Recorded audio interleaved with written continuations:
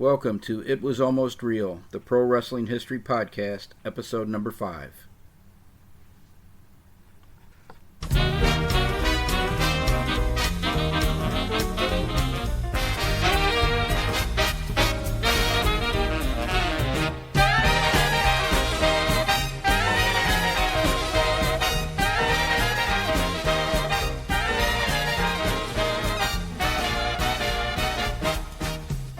Hello and welcome to this episode of It Was Almost Real, the Pro Wrestling History Podcast. My name is Ken Zimmerman Jr., and this is the podcast dedicated to the history of professional wrestling between 1870 and 1920, although we sometimes stretch into the 1930s.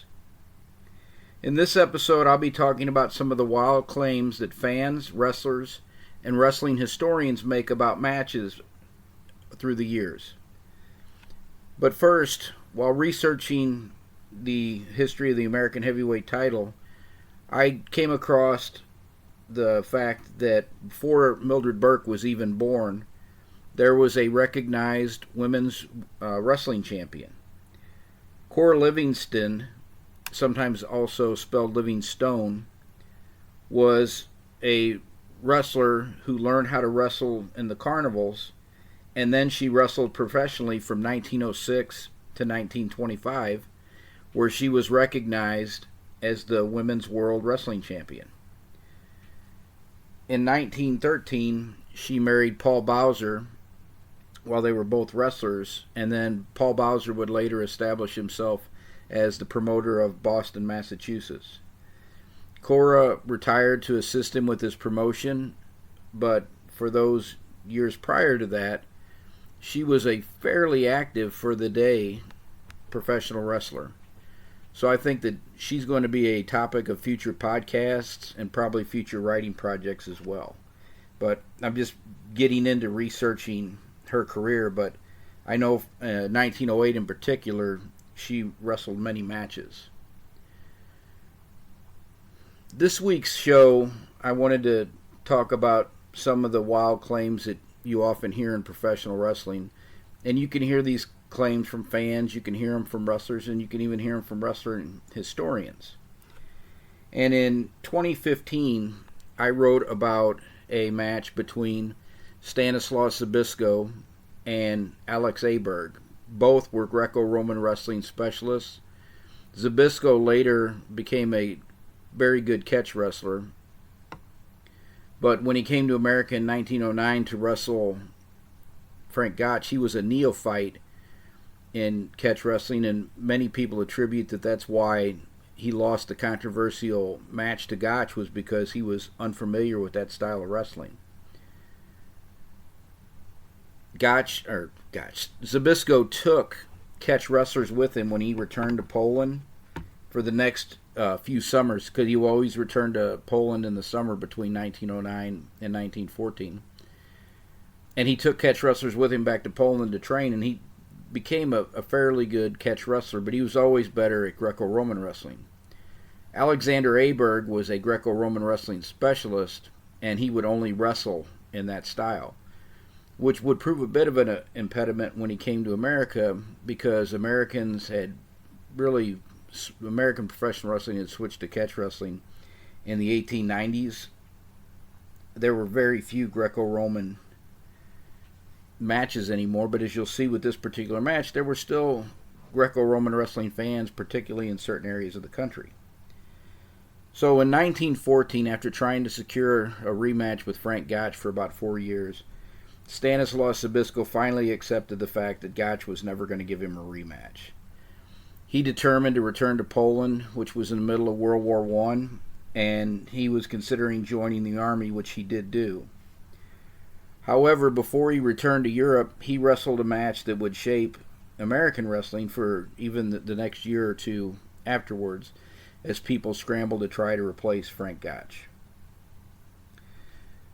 So Zbyszko wrestled Alexander Aberg for a match that was billed for the World Heavyweight Greco-Roman Wrestling Championship.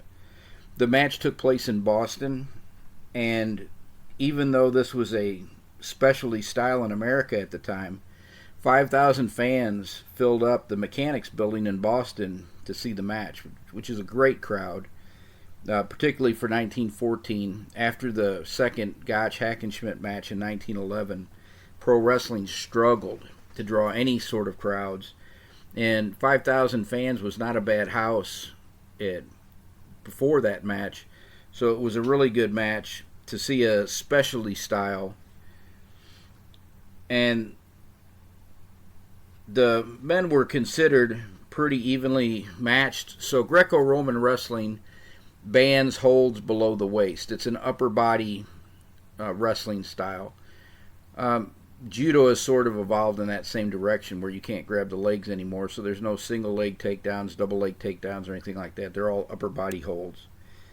But those matches can also be boring for the same reason. People lock up in a collar and elbow tie-up, and they can stay that way for a while. And this match was not really that different. For about the first hour, the men kind of remained in a tie-up, which the crowd started getting frustrated with because there wasn't very much action. After about an hour, Zbyszko took Aberg to the mat and applied a back hold. Aberg pulled out of this hold, but he was now on his hip. So Zbyszko used a crossbody hold to pin Aberg for the first fall at 1 hour, 2 minutes, and 45 seconds. This worried Aberg, who came out to start the second fall. Let me back up for a second. In these matches, normally during this time frame, particularly the legitimate contest like these, there was normally a 15 to 20 minute intermission between the falls so the wrestlers could recover. When they came back from the intermission, this time Aberg, who had wrestled pretty defensively in the first fall, starts to attack. And he and Zbyszko slipped out of multiple holds before Aberg finally got a waist hold around Zbyszko and picked him up off the mat and slammed him down. He was quick enough to get a half Nelson before Zbyszko could turn out of it, and Aberg flipped Zbyszko to his back for the second fall at 35 minutes and 25 seconds. So this is a pretty evenly matched. It was not uncommon in legitimate contests for one wrestler to win 2 straight falls, but Aberg is one of the best Greco-Roman wrestlers that ever came to America, and Zbyszko is one of the best wrestlers that ever came to America, period. So this was a pretty evenly matched bout, which was one of the reasons the first fall was so boring. Zbyszko was a little surprised that Aberg actually pinned him.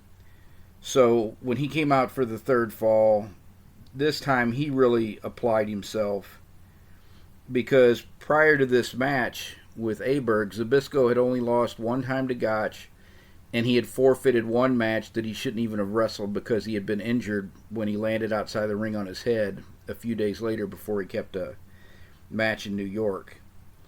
So Zbyszko's almost undefeated in that first 5-year run in America from 1909 to 1914. I wrote about Zbyszko's run in America in Zbyszko, or Gotch versus Zbyszko. That's the most recent book I actually released. If you read Double Crossing the Goldust Trio and Gotch versus Zbyszko, and you might want to read Gotch versus Zbyszko first because it's about his first foray into America, you will have all of Stanislaus Zbyszko's career in America. So Zbyszko comes out for the third fall and scores 3 successive flying mares on Aberg. After the third one, Zbyszko grabbed Aberg, who was on his knees in sort of this front bear hug underneath the armpits, and then he flips Aberg to the mat in 35 seconds. Aberg is furious that he was pinned so quickly. He jumps to his feet and tackles Zbyszko from behind and is trying to pin him. And Zbyszko looked incredulously at the referee, who's trying to pull Aberg off, but Aberg is too strong for the referee, and Zbyszko is just kind of looking at him like, what are you doing? A Boston police officer sees what's going on that's at ringside, steps into the ring and tells Aberg, let go and go back to your corner, the match is over. And Aberg lets go and follows the officer's commands. So, you know, when I wrote about this match in my blog around 2015, a reader left a comment there. And I've had 2 forays into comments, and now I just have people either send me things on Facebook, Twitter, or to my email account. I was using a comment system originally on my website, but I couldn't control the advertising. You could control it a little bit, but not to the level of control I wanted to have over what showed up on my website. So after a year or so, and knowing that most websites were going to just the social media comments, I went ahead and took that off of my website. But a writing website that I follow and I really like, called Creative Pen, Joanna Penn has a contact form on her website, which I liked, and I tried to put that on my own website. Not necessarily the one she was using, but I just tried to add a contact page to my website. And that lasted for about 6 weeks, because in the first week or two, I had all of these SEO, search engine optimization experts, that wanted to optimize my website for me, who I'd never talked to or asked to contact me. And I also had a bevy of young women who I have never heard of, talked to, or seen, who all of a sudden wanted to share with me their intimate pictures that we had discussed. And so, because I've got a lot of mirrors in my house and I have a pretty good idea what I looked like, I figured that those were not legitimate inquiries. So I put something on the contact page that said, I only want comments from readers or professionals, other podcasts, things like that. If you're not one of these inquiries, I'm not going to respond. But they kept coming, and I spent more time deleting stuff than handling the 1 or 2 legitimate questions or contacts that came through. And so finally I just got rid of the contact page and went back to, or the contact form. I have the contact page on my website, and just went back to having people send me stuff directly on email, which works very well. That way I tend to get everything that's supposed to come to me.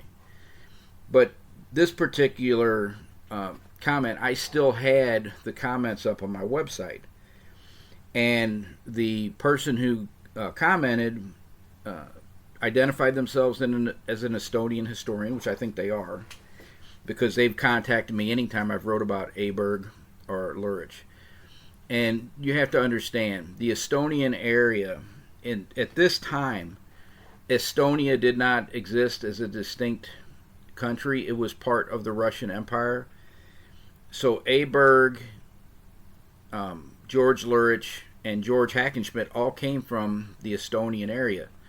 And they're 3 of the greatest wrestlers who ever lived, and a real source of pride for the Estonian wrestling fans, Estonian sports historians. And so the person reached out to me and said that they were an Estonian historian, and that they knew that Aberg had been paid $10,000 to drop this match to Zbyszko. And I said, well, if you have sources that can show that, I'd love to see it, because based on everything I've researched, this was a legitimate contest. And my immediate doubts were because of the large amount of money that they said, that this person said that Aberg was paid, which why I doubted the story from the beginning. But you give somebody a chance to provide the sources. I think it could be the same person, but they're different names that I get, so I have no idea if this is a group of people or if this is one person. But another time I had wrote about Aberg and Lurich died in southern Russia. They both got typhoid fever. Lurich died of typhoid fever. Aberg recovered and died a few weeks later of pneumonia, though. In 1921, they both died in southern Russia, trying to get out of Russia to escape the Russian Civil War. A person from this group, or the same person, said, no, that's not correct. They were murdered by the Bolsheviks trying to escape Russia. Well, it's possible. The Russian Civil War was going on at the time. But all the official sources and newspaper accounts that I found say that they died in southern Russia trying to escape from typhoid fever and pneumonia. So I said, please show me these sources. They may have access to sources. I'm sure they do have access to sources we don't have in America. Please show me this and I will change that as well. Because if someone produces the sources and they're trustworthy sources, you should fix your history. That's never come forward either. So there was never any sources put forward to verify the $10,000. And this is why I doubt it. I don't doubt that could have been said. Alex Aberg may have told people when he went back to Russia that he was paid $10,000 to lose that match to Stanislaus Zbyszko in 1914. And you can't really fault somebody for taking that amount of money to lose a match. But it would be horrible business if somebody had actually paid him that to lose a match. So first off, let's look at what the gate was. This was a crowd of 5,000 people. I know from doing research in New York, Boston, Chicago around this time, normally the top tickets in any of those big cities were for $2, the top tickets. And then you had either one or two more tiers. Sometimes it went down to $1, and then it went down to 50 cents. Other times it just went from $2 to 50 cents. So the following year, when they did the New York International Wrestling Tournament in New York, tickets were $2 for up close to the stage, and then farther back they were 50 cents. There was only 2 tiers, but sometimes there was 3 tiers during this time frame. So if we gave the benefit of just, okay, everybody paid, which they did. So let me state right now, the gate for this card wasn't $10,000. But if everybody paid the high-end ticket price of $2 for 5,000 fans, and that's no comps, that's no freebies given, the entire gate would have been $10,000. So the promoter, Tui, would have been paying out his entire gate to Aberg to lose the match. Okay, that makes no business sense at all. The other big income stream that wrestlers and promoters had available to them, and one of the things that was so controversial when people started finding out that a lot of the matches were worked after 1915, was gambling was still a significant source of revenue for the wrestlers and the promoters. However, you're talking about gambling on a specialty style that had not been popular in the United States for about 20 years. How much gambling do you suppose this match would have generated? It would have generated some. They got 5,000 fans to come out to watch it. But would the gambling money and the ticket money be enough to offset paying one of the competitors $10,000 to lose the match? And then finally, if from a business and a financial perspective, this would be backwards. If you were going to pay anybody to lose the match, you would pay Zbyszko. Zbyszko had only lost one actual match, and he lost that controversially. And then he had to withdraw from another match when he shouldn't have even made that match and been there. And he's already stated that he's leaving and going back to Poland. He always went back in the summer, but he's not planning to come back because he's not going to get the match with Gotch. Aberg had just come to America to try to tempt Gotch into a wrestling match, and he was staying. He would be the top star in the New York International Wrestling Tournaments, which was actually 2 tournaments. It was a spring version and a fall version. But he was going to be the star of those tournaments. So you're going to have the guy that just got here and people don't know and might be intrigued by lose to the established wrestler that's leaving. From a business perspective, that's completely backwards. You wouldn't book it that way. And it's also preposterous that anybody's going to pay anybody $10,000. If someone had claimed that, hey, he paid me $1,000 to lose it, that might be believable. But if you just look at what the gate could have been for it, what the gambling could have been for it, it makes no sense from a business or a financial perspective. So I still stand by this was a contest. Zbyszko beat Aberg, and Aberg could have went back to Estonia, Russia at some point and said that he was paid to lose, but he would be contradicting his sworn testimony because in 1917, before he returns to Russia, Aberg sues Jack Curley because Curley, the New York wrestling promoter and someone who was associated with a lot of dirty tricks over the years, had a falling out with Aberg because when the wrestling fans didn't accept Aberg as the world heavyweight champion as a replacement for Frank Gotch after he won the 1915 tournaments. And you'll read in the Fall Guys that Ed Strangler Lewis actually won the fall tournament, and that is not true. Aberg won both versions of the tournament because both versions of those tournaments were contested in Greco-Roman wrestling, and he beat Ed Strangler Lewis just like he beat everybody else in Greco-Roman wrestling. Ed Strangler Lewis was the first one to beat the Mass Marvel, and because they introduced catch wrestling into the tournament later, he also beat Lodek Zbyszko, who was the runner-up in catch wrestling, but Alex Aberg refused to wrestle Lewis in a catch wrestling match, and the championship matches in this tournament were all contested in Greco-Roman, and Aberg was the winner of that.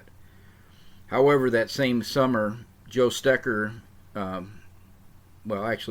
Farmer Burns was trying to set up a wrestling match between Joe Stecher, who had just won the American Heavyweight Championship from Charlie Cutler, with Frank Gotch, who was sick of people challenging him, and he just wanted to retire to his farm and be left alone. Gotch agreed to come back and wrestle a match with Stecher where he was going to put Stecher over so he could get rid of all these challenges and people would leave him alone. Unfortunately, he broke his leg in the training match, and that match never came off, but the fans still accepted Stecher as the world champion. So Stecher becomes the guy that replaces Frank Gotch for wrestling fans as reporters as the world champion. So Simon Rockman goes back to Europe. Aberg stays in the United States for one more year and wrestles for Jack Curley, who's the New York wrestling promoter.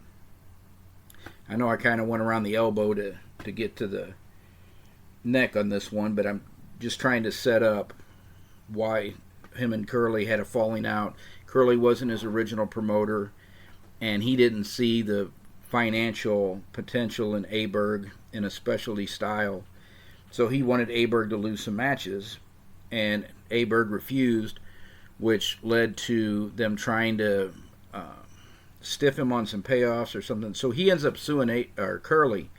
Alex Aberg ends up suing Jack Curley in New York.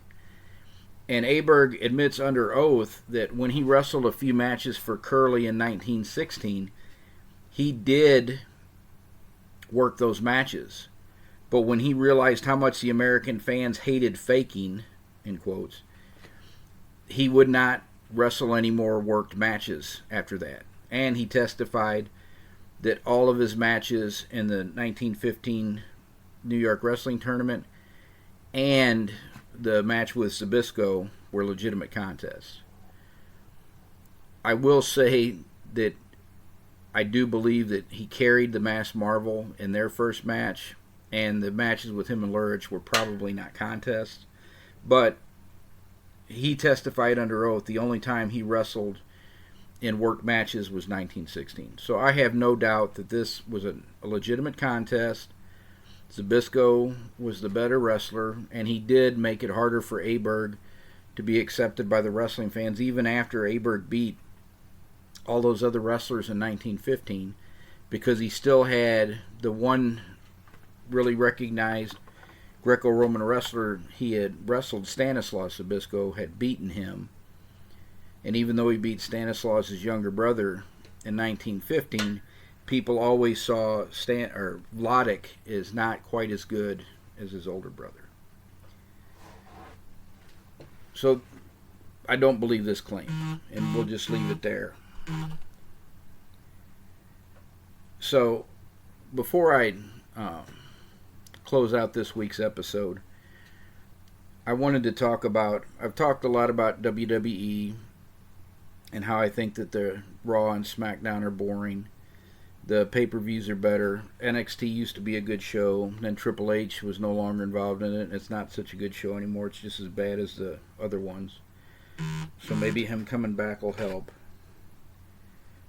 But the other day, I actually watched one of the YouTube shows on AEW Dark Elevation, only because I wanted to watch Buddy Matthews, who used to be Buddy Murphy and then Murphy, in the WWE. The best match I've seen in several years was Buddy Murphy versus Aleister Black, who was another person I think Vince missed the boat on.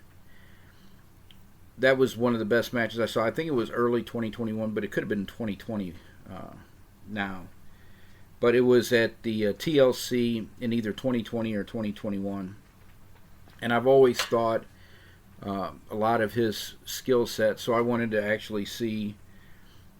And he was in a match with his partner Brody King. They're part of the House of Black, and they went against two guys that were really, they were so small. It was kind of physically ridiculous, just visually looking at it. But they did what they should have done in that particular match. They squashed their opponents. But there was one spot in that match that just, it makes me nervous, and I see people doing it in WWE, I see people doing it in AEW.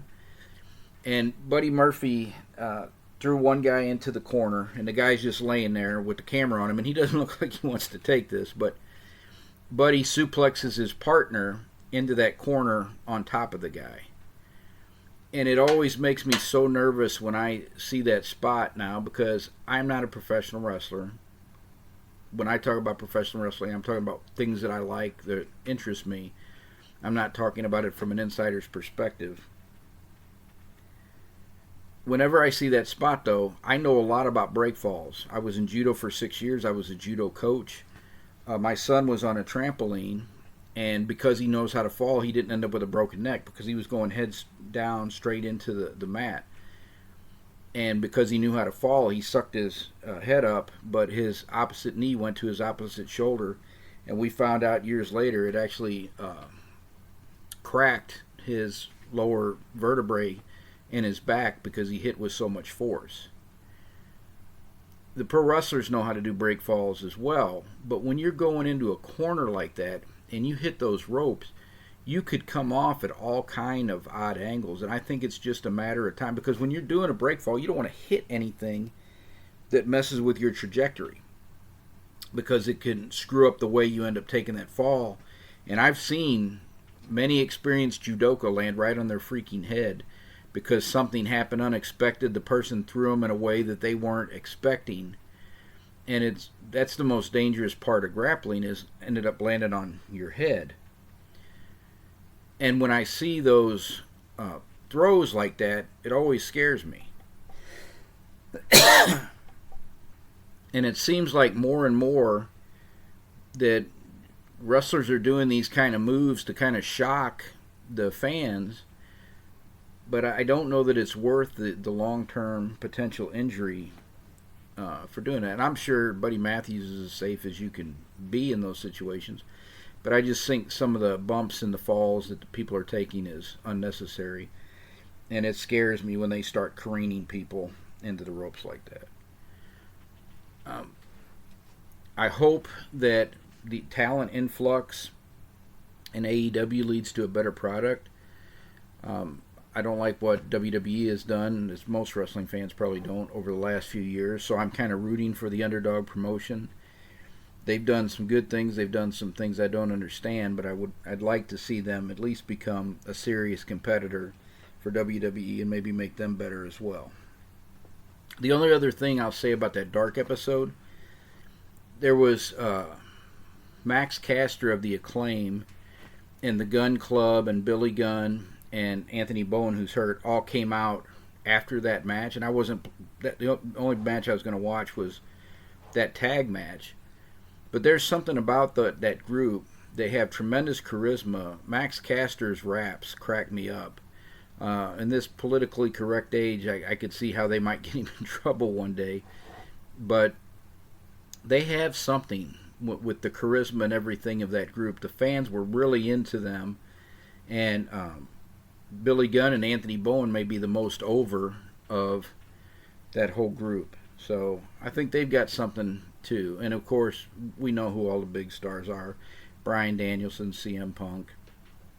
But let's hope AEW at least can make it a fight.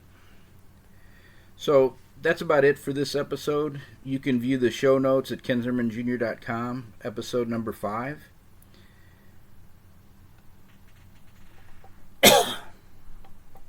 Sorry, I had to cough there.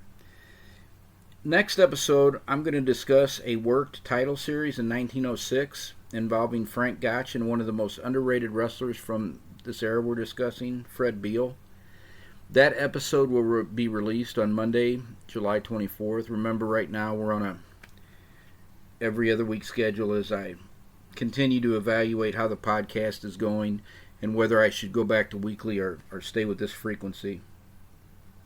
Ken Zimmerman Jr. is the place to check out the show notes for today's episodes. You can also see what I'm working on currently and a list of books I've written if you are interested in digging deeper into this era of professional wrestling. Thank you for listening today. I would also be grateful if you would rate this podcast on iTunes or wherever you listen to the show. That helps tremendously with keeping the podcast visible so people who have never heard of it can discover it. If you've already done this, thank you so much. If you would like to comment on this episode or ask a question, please go to kenzermanjr.com, find the contact page at the top of the navigation, and drop me an email. I'd love to hear from you. Until next time, take care, everybody. Bye-bye.